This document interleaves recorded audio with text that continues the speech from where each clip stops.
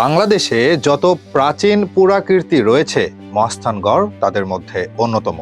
প্রসিদ্ধ এই নগরী ইতিহাসে পুন্ড্রবর্ধন বা পুন্ড্রনগর নামেও পরিচিত ছিল। একসময় মহাস্থানগড় বাংলার রাজধানী ছিল। যীশু খ্রিস্টের জন্মেরও আগে, অর্থাৎ প্রায় ২৫০০ বছর পূর্বে এখানে সভ্য জনপদ গড়ে উঠেছিল। প্রত্নতাত্ত্বিকভাবেই তার প্রমাণ মিলেছে। ২০১৬ সালে এটিকে সার্কের সাংস্কৃতিক রাজধানী হিসেবে ঘোষণা করা হয়। প্রাচীর বেষ্টিত এই নগরীর ভেতর রয়েছে বিভিন্ন আমলের প্রত্নতাত্ত্বিক নিদর্শন। কয়েক শতাব্দী পর্যন্ত স্থান মৌর্য, গুপ্ত, গৌড়, পাল এবং সেন শাসকবর্গের প্রাদেশিক রাজধানী এবং পরবর্তীকালে হিন্দু সামন্ত রাজাদের রাজধানী ছিল। তৃতীয় খ্রিস্টপূর্বাব্দ থেকে পঞ্চদশ খ্রিস্টাব্দ পর্যন্ত অসংখ্য হিন্দু রাজা ও অন্যান্য ধর্মের রাজারা রাজত্ব করেন। মহাস্থানগড়ের অবস্থান বগুড়া জেলার শিবগঞ্জ উপজেলায়। বগুড়া শহর থেকে প্রায় ১৩ কিলোমিটার উত্তরে করতোয়া নদীর পশ্চিম তীরে গেলে এই শহরের ধ্বংসাবশেষ দেখা যায়। বিখ্যাত চীনা পরিব্রাজক হিউয়েন সাং ৬৩৯ থেকে ৬৪৫ খ্রিস্টাব্দের মধ্যবর্তী সময়ে পুন্ড্রনগরে এসেছিলেন। ভ্রমণের ধারা বিবরণীতে তিনি তখনকার প্রকৃতি ও জীবনযাত্রার উল্লেখ করে বর্ণনা দেন।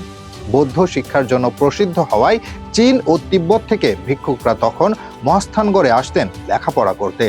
এরপর তারা বেরিয়ে পড়তেন দক্ষিণ ও পূর্ব এশিয়ার বিভিন্ন দেশে।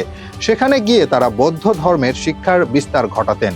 সেন বংশের শেষ রাজা লক্ষণ সেন যখন গৌড়ের রাজা ছিলেন, তখন এই গড় অরক্ষিত ছিল। মহাস্থানের রাজা ছিলেন নল, যার বিরোধ লেগেই থাকত তার ভাই নীলের সাথে। এ সময় ভারতের দক্ষিণাত্যের শ্রীক্ষেত্র নামক স্থান থেকে এক অভিশপ্ত ব্রাহ্মণ এখানে আসেন। তিনি রাজা পরশুরাম। এই রাজা পরশুরাম রাম নামেও পরিচিত ছিলেন। ইসলাম ধর্ম প্রতিষ্ঠা করতে আসেন ফকির বেশি দরবেশ হজরত শাহ সুলতান মাহমুদ বলখি রহমাতুল্লাহ আলাই এবং তার শিষ্য। ধর্মপ্রচারক শাহ সুলতান বলখি সম্পর্কে রয়েছে আশ্চর্য কিংবদন্তি। কথিত আছে তিনি মহাস্থানগড় অর্থাৎ প্রাচীন পুন্ড্রনগরে প্রবেশ করার সময় করতোয়া নদী পার হয়েছিলেন একটা বিশাল মাছের আকৃতির নৌকার পিঠে চড়ে। মহাস্থানগড়ের ধ্বংসাবশেষ চিহ্নিত ও উদ্ঘাটন করার ক্ষেত্রে একাধিক ব্যক্তির অবদান রয়েছে। ১৮০৮ খ্রিস্টাব্দে ফ্রান্সিস বুকানন হ্যামিল্টন প্রথম মহাস্থানগড়ের অবস্থান চিহ্নিত করেন। ১৮৭৯ খ্রিস্টাব্দে ব্রিটিশ প্রত্নতত্ত্ববিদ আলেকজান্ডার কানিংহাম প্রথম এই প্রাচীন ঐতিহাসিক নগরীকে পুন্ড্রবর্ধনের রাজধানী রূপে চিহ্নিত করেন। অনেক পর্যটক ও পণ্ডিত ব্যক্তি, বিশেষত CJ ওডোনেল, EV ওয়েস্টম্যাক্ট ও হেনরি বেভারিজ এই শহরতলি এলাকাটি পরিদর্শন করেন এবং তাদের প্রতিবেদনে তা উল্লেখ করেন। ১৯৩১ খ্রিস্টাব্দে প্রত্নতাত্ত্বিক খননে সন্ধান মেলে ব্রাহ্মী লিপির।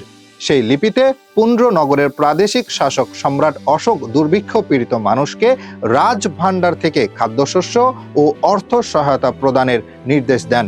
এসব তথ্য উপাত্ত থেকে প্রসিদ্ধ এই নগরীর প্রাচীনতমের প্রমাণ মেলে। এখানে তীরের ফলাও পাওয়া যায়। মহাস্থানগড় আমাদের সমৃদ্ধ অতীত ইতিহাসের সাক্ষী। দেশ ও জাতির ইতিহাস পূর্ণাঙ্গভাবে জানতে হলে এসব প্রত্নতাত্ত্বিক ক্ষেত্র সংরক্ষণ ও গবেষণা অব্যাহত রাখতে হবে। দর্শক, আজ এ পর্যন্তই। পরবর্তীতে দেখা হবে নতুন কোনো স্থান নিয়ে। ততক্ষণ পর্যন্ত আমাদের সাথে থাকুন। ধন্যবাদ।